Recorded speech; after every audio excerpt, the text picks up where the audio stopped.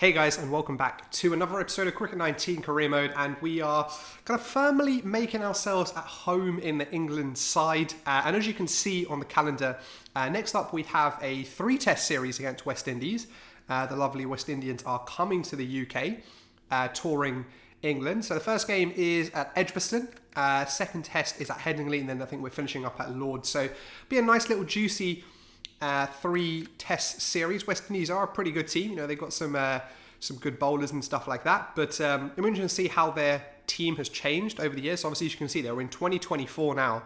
So I wonder whether kind of some of the more senior players that were around, you know, in real life now, who are probably getting on a little bit, wonder how they're kind of getting on, and whether we have any new faces in the West Indian team. So we'll see what team we're playing as well. We chopped and changed a bit, particularly in the game against, in the series against Sri Lanka, where we didn't do very well. But hopefully now back on home soil, we can do a lot better this time. All right, here we are. Time to get started. First test, first day at Edgbaston. It's like perfect surroundings. We're coming in at number 5 again. Look at something, they've got still some of the same players. Jason Holder seems to still be playing. Rutherford's there. Kemo Paul's there. So it looks like some of the players who must be definitely getting onto the older parts of their career, towards the twilight part of their career. But we haven't got a packed crowd here. Strange to see. I don't know whether maybe we're not in a school holiday or something like that. You know, those kind of things make a difference to crowd attendances and stuff like that. But we'll have a look at the toss here, see what we do. I think it is a soft, dry pitch. So I don't really want to be batting last on it. But West Indies have won the toss. What will they decide to do? They're going to have a bowl. So Ollie Pope and England, we will be batting first. Strange decision. I think maybe the pitch will degrade as the game goes on. So batting last on this wicket probably won't be too fun. But maybe they think they can get us out quickly here, or for a low score in this first innings, with the pitch helping them out. Maybe at the start of the game. So let's jump into this one. West Indies looking confident, I think, but we should be coming into the series confident as well. I think that's Shy Hope that was taking the gloves there. But yeah, we should be confident too. We're pretty good on home soil. Let's see how we can do as England, but also how we can do as kind of our career mode player. Here they come. The opening batsman would like to open. I think when I selected my career mode player right at the beginning, I kind of put maybe middle to top order, but I just don't think I'm going to be really given a chance to go up the top. I think that'd be good fun. But yeah, let's cut through and see when we come in. So we come in now with, it's 203 for 3. So looks like we got to a decent start. Everyone's kind of made a start, with Keaton Jennings getting a half century, and Dowd as well. And no one's been really able to push on. So we're in the second session of the day, of day 1, 40 overs bowled. And kind of a good chance to come in, I think. Just got some time to get used to the pace of the pitch, pace of the ball. No rush here. It's day 1 of 5 days of test match cricket. And yeah, well, we'll see what we can do. Dowd, I think it's kind of strange. Maybe it's kind of the AI coding, but it seems like the only batsman we've really batted with is Dowd. And that's beautifully flicked off my legs. That might even go for a 4. And it does. So the timing's on point from the second ball. Didn't even mean to hit that one too hard. I just wanted to nudge it into the onside. But yeah, we get a 4 for that one, so decent start for us. So we've got Spain back into the attack. Interesting name for a West Indian bowler, Spain. I don't think Spain is anywhere near the West Indies. But yeah, interesting fielder. They're kind of catching mid-wicket knowing that I like to play the ball off my legs. But Spain's bowling a decent line. He's obviously a medium pacer as well. So his pace he's not gonna rip one past our outside edge.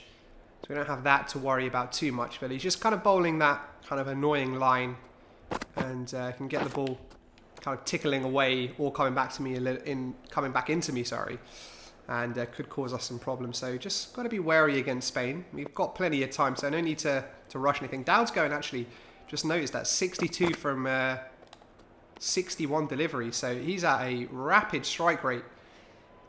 Maybe this pitch isn't too difficult to score on. Maybe West Indies thought that when they put us into bat, but doesn't look like that's the case. So the sun's out, and it's the first time we get a chance to face a different bowler here. It's Ange Pope, who again, from that first delivery, looks like he's a medium pacer. So it looks like they're favouring taking the pace off the ball, which you would say probably is a sensible decision on a soft pitch. Yes. Oh no, hit nicely, but tried to drive the ball. I don't know if you've seen the last couple of episodes, particularly when we play a bit of short form cricket, but there was an update to this game, I want to say towards the beginning of October, and the thing I've noticed about that patch more than anything is that the fielders now can all of a sudden just absolutely rocket the ball at the stumps. They seem to be super accurate now, and the pace at which they get the ball in is incredibly fast, which you have to be really careful if you're trying to nick a single or trying to get a second run in or something like this, but no problems this time on that shot. I just push nicely through the offside for a couple. I have noticed I've got the jumper on as well, so even though it's June, must be a chilly one here at Edgbaston. I never understand that, why they play in the jumpers. I know cricket isn't the quickest sport, but they're running between the wickets and you've got a lot of nervous energy built up, and you surely must be roasting. Oh, and we've gone out, tried to pull the ball there, and I think we kind of top edged it, or I don't know whether it came off. Did it hit us? And then it came off our helmet, and the ball just looped up. And unfortunately for us, Shy Hope, I think it was, came running around. And wow, what a strange dismissal. The timing wasn't the best. It was the first kind of short ball we'd faced. Maybe we should have just left it alone, but didn't expect that to happen, and we do walk for 6, so a poor innings for us this time. We'll have to do a lot better in the second innings. So before we get to that second innings, though, we have a chance to face Rifer here. West Indies find themselves 204 for 4. Actually, let's have a quick look at the scorecard. Let's see what happened. So we did post 431. Folks top scoring for us with 116. Dowd going on to get 82. And West Indies are on, what are they on? 204 for 4. So they're not too bad, but they still trail us by about 200 runs. We are in day 2. I think, what are we? We're coming towards the close of day 2, just a couple of hours away from the close of day 2. So we're in a pretty good position, I would say. If we can knock over a couple more this evening, that would be ideal. So we do have 2 left-handers here, which is always good to see. And Rifer trying to cut that one away. Could have easily either chopped on or cut to the fielder there, but if we can, it'll be good to get Waddle's wicket this evening. That's probably going to be the wicket that we try and focus on and getting the most, because he could very easily grab a century and then look to accelerate tomorrow. So getting his wicket will be our #1 priority today. So there's about 13 overs remaining in the day today, and we haven't been able to break this partnership here of Rifer and Waddle. So time's running out for us to break this one here on day 2 of this test match at Edgbaston against the West Indies. But there is still some time left, and that was a little bit of a misfield. The batsman thought about a run there, but there was no run in that one.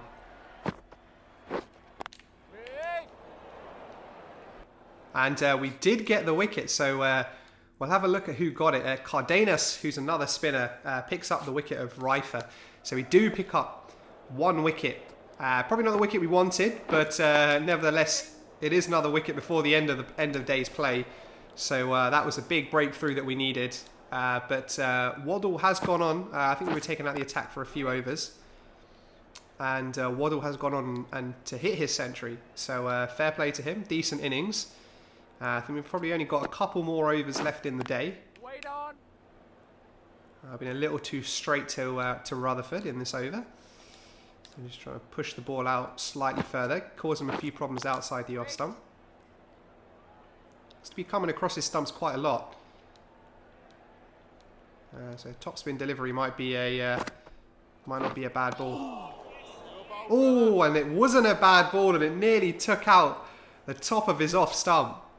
Just set him up. Well, it wasn't like kind of intentionally setting him up there, but just set him up with all the balls that kept going straight, and that one just topspinned away and nearly took off the top of off stump. That would have been a beautiful wicket.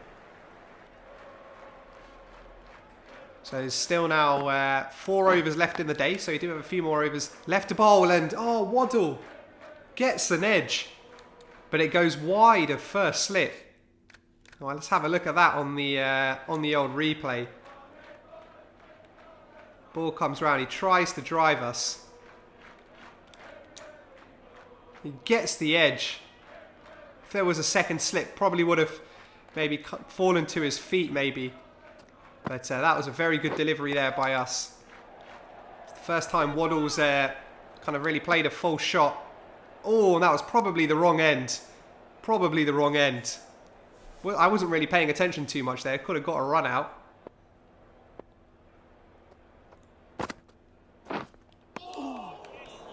Oh, and that one kept a little low. That one kept a little low. That's the first time we've seen a bit of uneven bounce on this surface here. So there we are. I think that was the end of day 2. And Waddle coming back out on day 3, I think it is. And we are continuing the bowling here on day 3. Yeah, and there we go. First ball. First ball of the day. And Waddle goes to smash us. First ball of the day. And what a fantastic start to the day. Just a stock delivery, nothing too special. And goes to swipe at us. And I think Folks it is who's the wicketkeeper, picks it up. And Waddle goes for a pretty good innings there of 111. But that was a fantastic start to the day for us. So they still trail by 155. So it's going to be tough for them to draw level with us. So I think if we bowl decent for these last 4 wickets, we should be taking a lead into the second innings. And then it will just be, obviously we'll have kind of, maybe we'll leave a day, maybe just over a day to try and bowl them out, I guess. It'll be, they're batting last on a pitch that'll probably be on the 5th day. So we are taking out the attack. And before we get into this, I just want to have a look at what happened to our openers, Keaton Jennings and Harry Finch. So they both went for ducks. That is definitely not the start you want to your second innings. But let's have a look at what West Indies did manage to put up. They managed to put up 361. We were taken out of the attack after that last over. And we were able to clean up the tail for not too much. Rutherford going on and getting 41.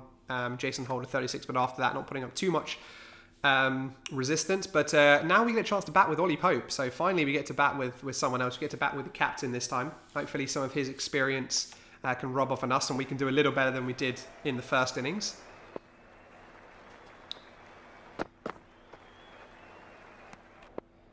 So the lead is now 149. I'll be interested. I'm not sure. I wonder what lead Ollie Pope would be happy for us to take in the second innings, as we beautifully clip the ball there off our pads and it just doesn't get to the boundary.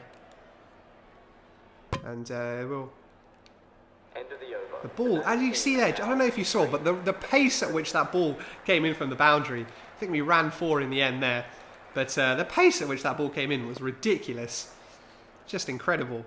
I think they've fielding and the balls in from the deep now have just become OP. And yeah, it's so difficult. Like you gotta be so conservative with your running. It's not so bad in a test game, but when you're playing, one dayers or T20 games, it's a huge challenge, because a lot of the time, you just can't risk those 1s and 2s sometimes, and rotating the strike is such an important part of the game in those formats of the game.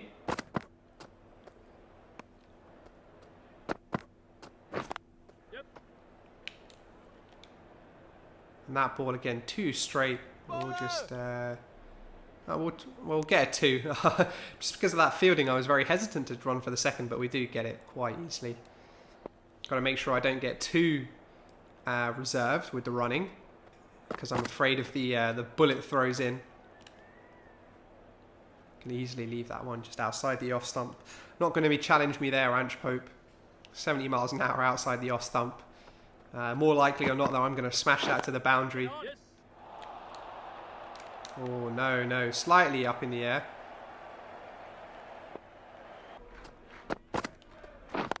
Yep.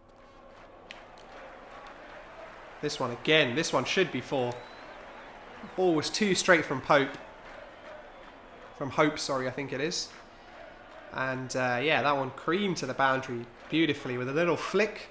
Not a flick of the wrist, but a flick of the leg. And I think that's our first boundary of the innings. Well, in all that chaos of, not chaos, but all that kind of ecstasy of hitting that boundary, completely realised that we've actually, we've lost Ollie Pope and we're now joined by Sam Billings at the crease. So he didn't manage to get himself a century. So hopefully we can avenge him and go on to get a big score ourselves. But we are joined by Sam Billings at the crease now. I think we've batted with him a couple times before. Enjoyed batting with him in the past. And yeah, we lead by 179, which is, you know, not enough if we want to defend this total going into the 4th and 5th days. That one again flicked onto the onside, just not timed as well this time, so it'll just be 2. But yeah, 179 definitely isn't enough. We've still got time, so we're not in a huge rush right now. But I would think we could probably get it to something like 300 if we can, the lead. And then I think we should be okay. So we nick another single there, flicking the ball off our pads. So Rifer's come over the wicket this time. So we'll have to be careful of the ball coming into us. Ooh, that ball kind of nipped into us, but nipped away again off the pitch. And copped that one right on the elbow. That must have been a stinger. Oh, and again, well, that ball kind of didn't bounce at all. We went to duck, and we were almost level with the wickets, but it hit us on the head. So, you know, it's been a bit of a bumpy start to the start of this over. This time we managed to get bat on ball though. Ball was a lot fuller that time. Maybe he was trying to set us up with a couple of short ones, and then fizzing it in our feet. But no luck, Rifer. We are too smart for that. Oh, but this time, ball was slightly fuller, had me kind of driving. But luckily, we got away with just missing that one. Rifer looks to be causing us a few more problems from coming around this angle. Yep. And again, it's hit us. And looks like might be some leg buys here. Looks like it'll be 2 leg buys. Came off our back, I think. Looped over the keeper, who just didn't bother running for it. But yeah, this angle looks to be a lot more menacing from Rifer here. Really struggled in this over. So Rifer's gone back to around the wicket, which is strange because he caused us some serious problems from the other angle. So I'm not sure why he's come around this way. But we have lost Sam Billings, so we're now joined by Ben Folkes, our wicket keeper. So we are losing wickets at a regular rate, which is going to be a bit of a problem if we want to get towards this 300 score. I think 250 will be the absolute minimum. We'll have to make sure we get to at least 250. But if I can stay around and someone sticks with me, as I say that, Liam Dawson's now. Oh, that is close, and I think we may have thrown away our wicket. And I think we have. I've been talking about the fielding all episode.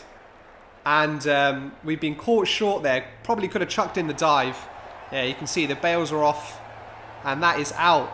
Just as I said, we need to stop losing wickets. We get run out. What a poor way. And we're out for 23. So not very good at all from us in this game. Really haven't performed to the best of our abilities. So we've set West Indies a total of 241. They've got off to a pretty good start. They are 91 for 1. Shai Hope and Chugpal Hemraj at the crease. 2 decent batsmen, so we'll have to be wary, and if we can pick up their wickets soon. that would be good, because we did see that in our innings, particularly in our second innings, once one wicket fell, a couple did fall in regular succession. So if we can pick up one, then 2 and 3 may fall quite quickly. So we find ourselves coming in back into the attack in a not the best position, or kind of almost game's kind of gone now. Shy Hope's on 73, and I think he's joined by Rifer at the crease. Yeah, and it looks like Shy Hope, with a mixture of Waddle and Hemraj, have kind of taken this game away for us. We didn't set them enough. We only set them 241 to win. We lost wickets too regularly, mine included. And yeah, it looks like we're going to be losing this test on home soil. So definitely not the best start to this series. But we do have 2 games to try and redeem ourselves. But it will be tough. We've seen in this game, West Indies are no slouch. Just a bit of uneven bounce there. So if we just pitch the ball in the right areas here, we could be in a bit of luck.